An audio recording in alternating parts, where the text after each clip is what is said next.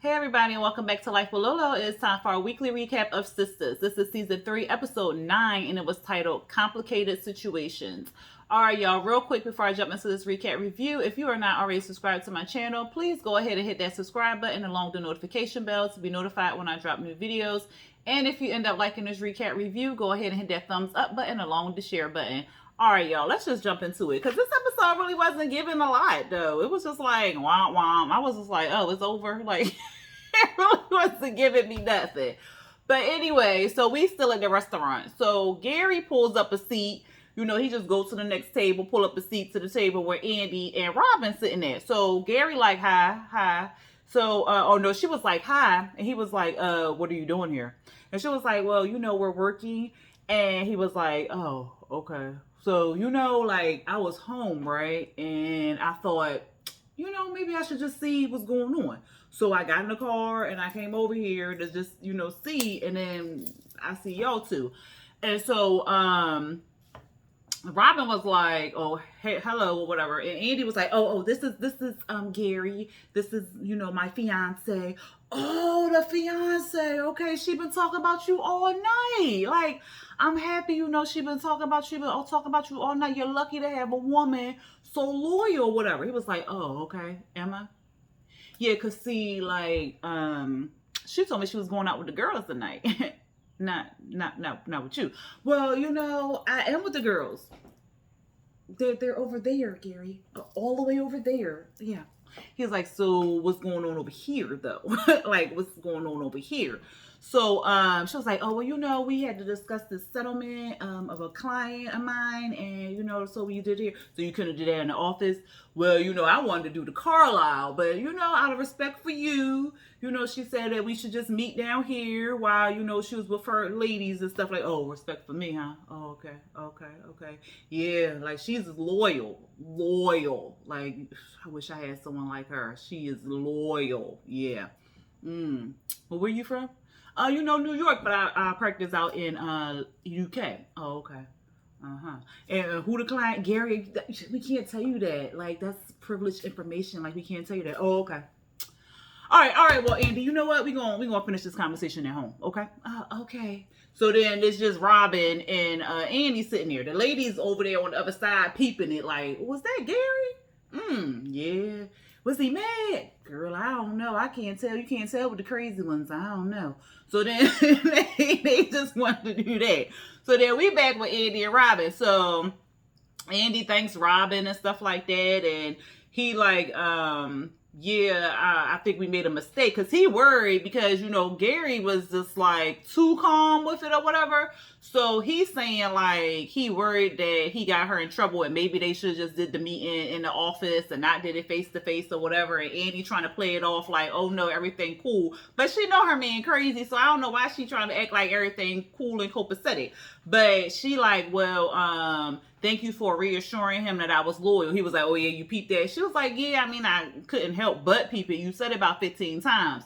So, but thank you for that. He was like, oh, okay, well, you know what? Let's just finish this conversation tomorrow. She was like, oh, okay. Well, we can't, you sure? Because we can finish it now. He was like, no, let's just finish it tomorrow, you know, and it'll give me another reason to see you because, you know, you're just so beautiful. I said, you still flirting. Like, wasn't a second ago you was concerned for her well-being, but you still flirting with her, sir? Make it make sense. But she go back over there to the table with the girls, and they start questioning her because she like, well, I'm gonna go home. They was like, was that Gary there? We saw Gary over there. Like, what was going on? What he say? Oh, he didn't say anything. You know, he just wanted to have a conversation when we got home or whatever. And so they was like, well, who was that you was talking to over there? She was like, oh, you know, just somebody I work with. And Karen like, and somebody you attracted to. She was like, I mean, he's cute or whatever. Like, she was like, girl, stop playing with me. You wore a 2-button dress. Like, I was cracking up.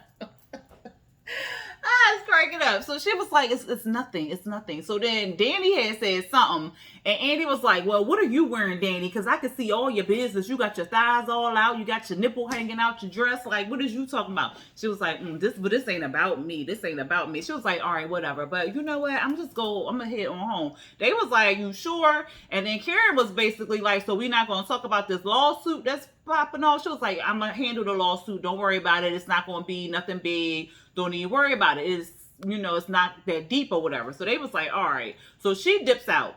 Bree, like, should we go to Andy's house? I'm like, Bree, didn't you learn your lesson already? Like, stop popping up at people's house. But so Karen, like, no, we just need to mind our business. She gonna have to learn for herself, and she not gonna learn until she hit rock bottom. And so Danny was like, well, you sure she gonna learn? She was like, look, she just gonna have to figure it out on her own. We need to mind our business, and I'm gonna hit on out of here. So Danny, of course, don't want the party to end because she don't want to go back home to rodeo. So she like, y'all sure y'all want to go? You sure you want to go? And they was like, well, what's going on with you? Why don't you just go back home to rodeo? You said everything was all right with him. Yeah, everything okay. Well, then what's the problem? Go back home. So she like, all right, well, F y'all. I'm going to go home too. So then they leave. So we see Fatima and Zac. So they in the bed, you know, post coital, so they all hugged up, cuddled up and stuff like that, and she talking about the shaky leg she had, and Zac had the shaky leg. Ooh, child, that shaky leg. Ooh, your leg just be like, ooh, you just can't stop it, child. Oh Lord, that was the time. Anyway, so she like, well, you can shake your leg into your pants, you know what I'm saying? And he like, into my pants, where I'm going, girl? She was like, well, look, I'm finna go out, okay? I'm still headed out or whatever like that. He was like, well, what is we doing? She was like, we screwing. Like, what is you talking about? What we doing? He was like, well, I just want to cuddle with you or whatever. She was like, no, we not finna do that.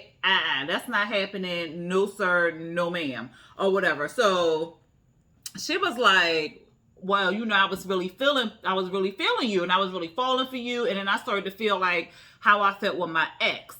And I promised myself I wasn't going to feel that way. I wasn't going to do this again or whatever like that, because I loved him and I wanted him or whatever. And he told me he had just got out of a relationship. So the same situation was Zac. And then she was like, I was sitting in the salon and I was getting my hair done, and I felt so stupid. Everybody was looking at me like, oh, what the hell? Because she said, like, they broke up on a Friday. Saturday, this fool was walking in the aisle with somebody. I said, girl, stop. He was never out the relationship with old chick. Like, he was just lying. So she was like, I told myself never to believe in a man and what he got to say or whatever like that. So Zac was basically like, well, you know, I'm not him and stuff. And she was like, yeah, but you know, you moving like him or whatever like that. And she was like, when I was in that supermarket and all the girls was there and they were staring at me, I felt real small. Like, you up here screwing your ex, and I'm thinking we moving into something good, and you didn't just have sex with your child. So she was like, we not doing that no more or whatever. So she was like, I'm trying to get out the bed. So the whole time she was trying to leave, and he like, no, before you leave, I said, oh my God, if she gonna get out the bed, or she just gonna finish bow chicky wow with this man, because I was so over it. So he ends up saying, like, no matter what you do, you always gonna be lost, because you always gonna keep searching and trying to find something, but you not gonna find what you want until you let that shit go. So she's like, well, you a therapist now? He was like, no, I'm just saying. And she was like, and the next thing you gonna say is, I need to trust you. He was like, no, don't trust me, because I'm an effed up person. So she was like, she was like, well, thank you for telling me not to trust you. I'm not, but you're not an effed up person. He was like, see, that's what I'm talking about. The fact that you still want to build me up and not put me down or whatever really turns me on, or what makes me like you or whatever. So then she handed him a book of affirmations. He was like, it's not going to be the same. So in the end, child, after all that discussion, all her trying to fight to get out the bed, they end up bow chicky wow, and that was pretty much it. So then we saw Maurice, he dancing and drinking in the club, and him and the bartender, they chatting about the living situation with him and Calvin, and then Q pops up. So in the end, Q apologizes to Maurice. Maurice was like, oh, okay, well, thank you or whatever. So Q was like, well, you know, what basically he wanted to do Maurice. He had no place to stay. He he homeless or whatever like that. So he a hobosexual. He just finds somebody who got a place and he just want to, you know, be with them. So he needed a place to stay. Maurice was like, all right, this charity. He ends up going back to Maurice. We're going to sum up Maurice and them. So he ends up going back to Maurice's place. Calvin on the couch. Calvin like, oh, okay. So, he was like, oh, this Q, the Q who stole my money. Oh, okay, so you basically brought him here, like, I don't want him touching my stuff. And then Calvin talking shit about the man standing right there. I said, you could have just told him not to touch your stuff or nothing like that. But he's talking to Maurice, talking about something, just make sure he don't touch my stuff, he don't come into my room, make sure he... I said, you rude as hell, because you could have just told him not to steal your stuff. He was like, well, I just want to make sure he hear me. He was like, I'm standing right here. I hear you. So, Calvin and Q, child, stop. Maurice and Q, they go back in Maurice's room, and Q basically, you know, ready to bow chicky wow or whatever, because he like, well, what you want? Like, he returning the favor back to Maurice. And you know Maurice want him and stuff like that. So, Maurice like, well, you know, I like to be romanced and stuff. I don't just like to just do sex. Because Q was like, look, I'm a top. I don't do none of that kissing stuff. I don't do none of that second stuff. Like, let's get it going. Let's get it popping. He was like, well, I like to be romanced and stuff. You can't talk to me like that. And Q was like, yeah, okay. Like, everybody just wants sex. Like, don't nobody care about no romance. He was like, I will not be brought by sex or something like that. I just talk like this, but I am not all sexed out and stuff. So Q started taking off his clothes. He was like, all right, we gonna see. He pulled out his pants. Maurice was like, oh, I think I dropped some. I said, Maurice is nasty as hell. So then in the morning time with Maurice and Q, Calvin basically told Maurice that he was lonely and that he wanted somebody and that he was upset with him that he brought Q back home to the house because he don't really want like a one night bow chicky wow. He want like lifelong partnership and stuff like that. So he was upset that Maurice had settled for that or whatever, and he wants Maurice not to be with no, you know, not to be alone and stuff, and he wants Maurice to find somebody that can love him and treat him right and stuff like that. And that was pretty much it for Maurice and them, child. Andi home. So Andi get home. Gary sitting on the couch. He looked pissed off, child. She like, hey. She was like, you want to talk? Nope. You okay? Yep. Okay, good. So she was about to go to the room. So he stands up and was like, why you lie to me? I didn't lie to you, Gary. You did lie because you said you was going out for girls' night and you wasn't at girls' night. But I was at girls' night. But you lied to me. Then Andi, look, I'm not for that shit. Don't do that. Well, I didn't tell you all of the truth or whatever. You lied by omission, Andi. So you lied. Like, if I would have told you the truth, Gary, like, you would have got upset, and then you would have blew up, and then we would have been, like, where we are right now. So she ain't say it like that. But that's what I was thinking. I was like, well, why you just say tell him? Because you know he was going to pop off either way. But okay, girl.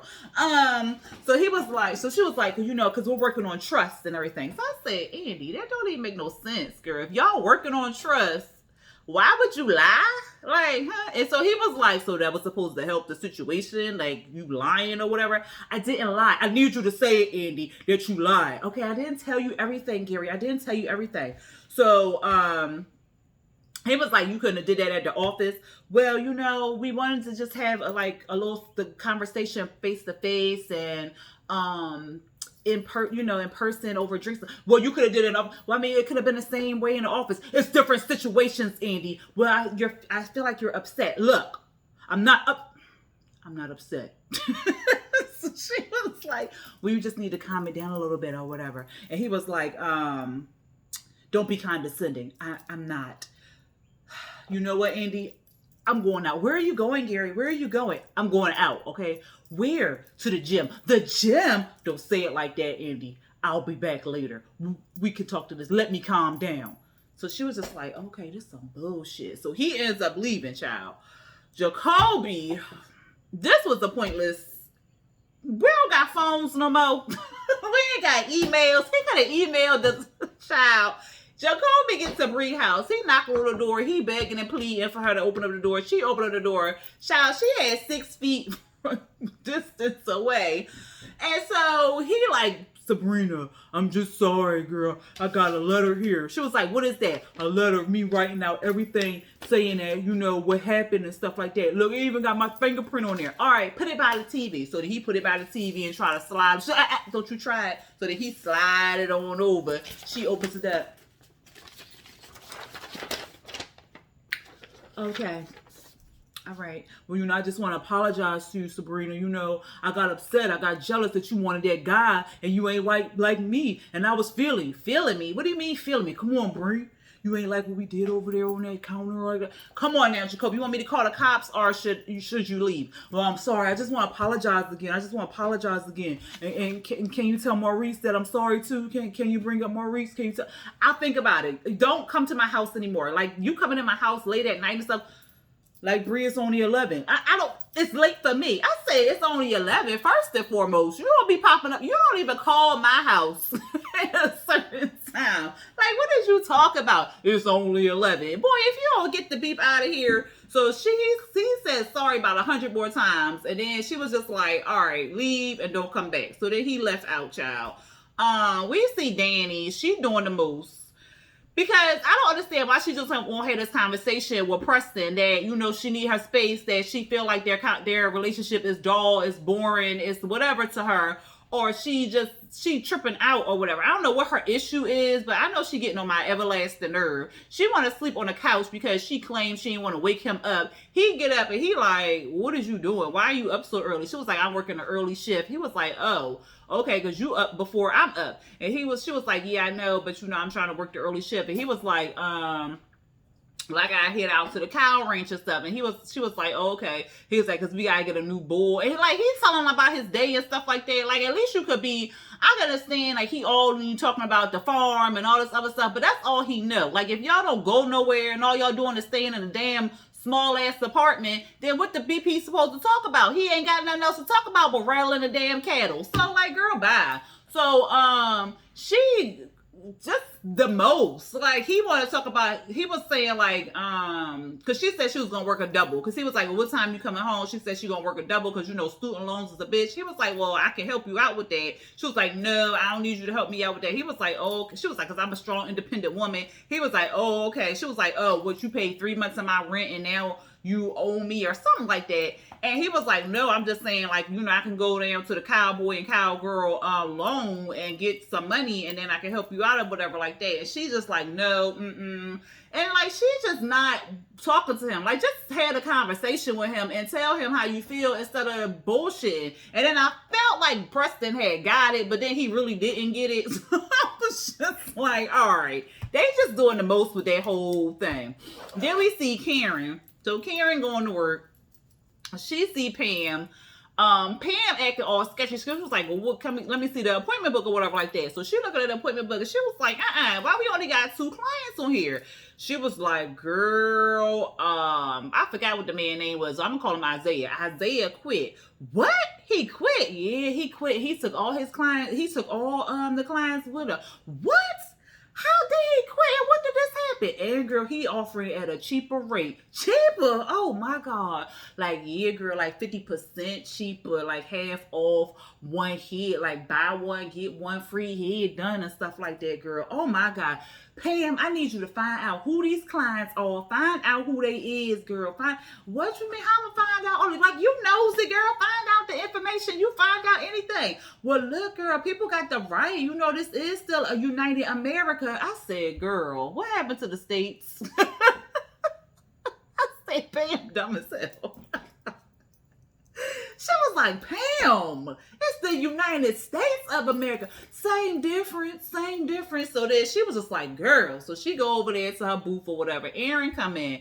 Pam like, she is in a mood. Ooh, you sure you want to talk to her? He was like, yeah, I talked to her. He was like, but how you doing? I'm doing good. And how about you? Because last time you was here, that was embarrassing. You got your heart broken in little tiny pieces. Like, she was in a bed getting by just going in. Oh my God, I am so sorry. You a whole pastor. Oh my God, I gotta watch my vocabulary. I said, not the fact that you gotta watch your vocabulary, girl. You gotta watch everything. Cause why is you bringing this back up? I said, Pam need to shut up. So then, Karen come over, Pam, go stock some shelves or something like that. Stop talking. Just stop talking. So she like, she goes to somewhere to stock some shelves, a child. Aaron talks to Karen because he's saying like, you know, she was like, well, I ain't know, you know, what was going on with you because I ain't hear from you, whatever. He was like, oh, I'm doing good. And she was like, well, you got any regrets? Like, what happened? He was like, well, you know, I had to self-reflect and, you know, get right with myself or whatever. She was like, so you regret it? No, I don't regret it. You know, the problem is not doing it. The problem is restraining myself from doing it because, you know, right now, I want to do it. So then she was like, no, oh my, don't let Pam see that. Don't let Pam see it. So then he ends up inviting her for dinner and a movie, but the dinner and the movie going to be at her apartment. I said, well, maybe this was high COVID time, so stuff was shut down. So, okay. But, they're going to have dinner and movies at her house. So she like, you sure you're going to be able to restrain yourself? I know I'm going to be able to restrain myself. He was like, yeah, I'm good. She was like, oh, okay. And so then he get ready to leave and he kissed her. She was like, look, don't let Pam see it. I had already seen it. Bye, Aaron. Bye. You got any brothers or cousins or any? She's so stupid. And then we saw Andi. She calling Gary and he not answering the phone. So he ain't come home, child. He ain't come home. So after she left a message for what's the man name? Gary, Karen ends up calling her. So she like, well, you know, I just wanted to check in to see if everything was fine. She was like, yeah, everything good, you know. She was like, well, you know what happened? She was like, well, you know, we he ain't want to talk about it, so we just, you know, went to bed or whatever. She was like, oh, okay, so what he say when y'all went to bed? Nothing, you know, I was asleep. Oh, okay, so what he say in the morning time? All right, girl, the truth is, I don't even know if he came home last night. What you mean you don't know if he came home last night?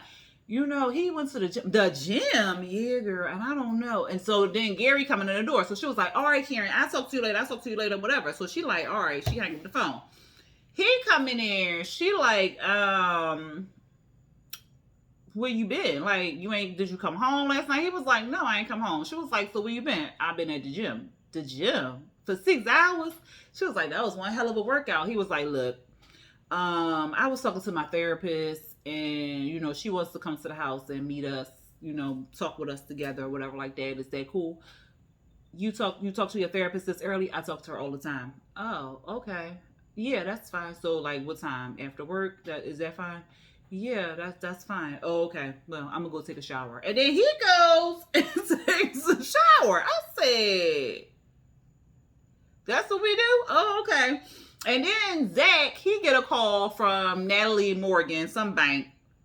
Well, no, I'm sorry. That wasn't the name of the bank. This lady named Natalie Morgan from Brookhaven Bank and Trust. So she calling him and she's saying like, you put all this money into this stock or whatever, and I just was calling you to let you know.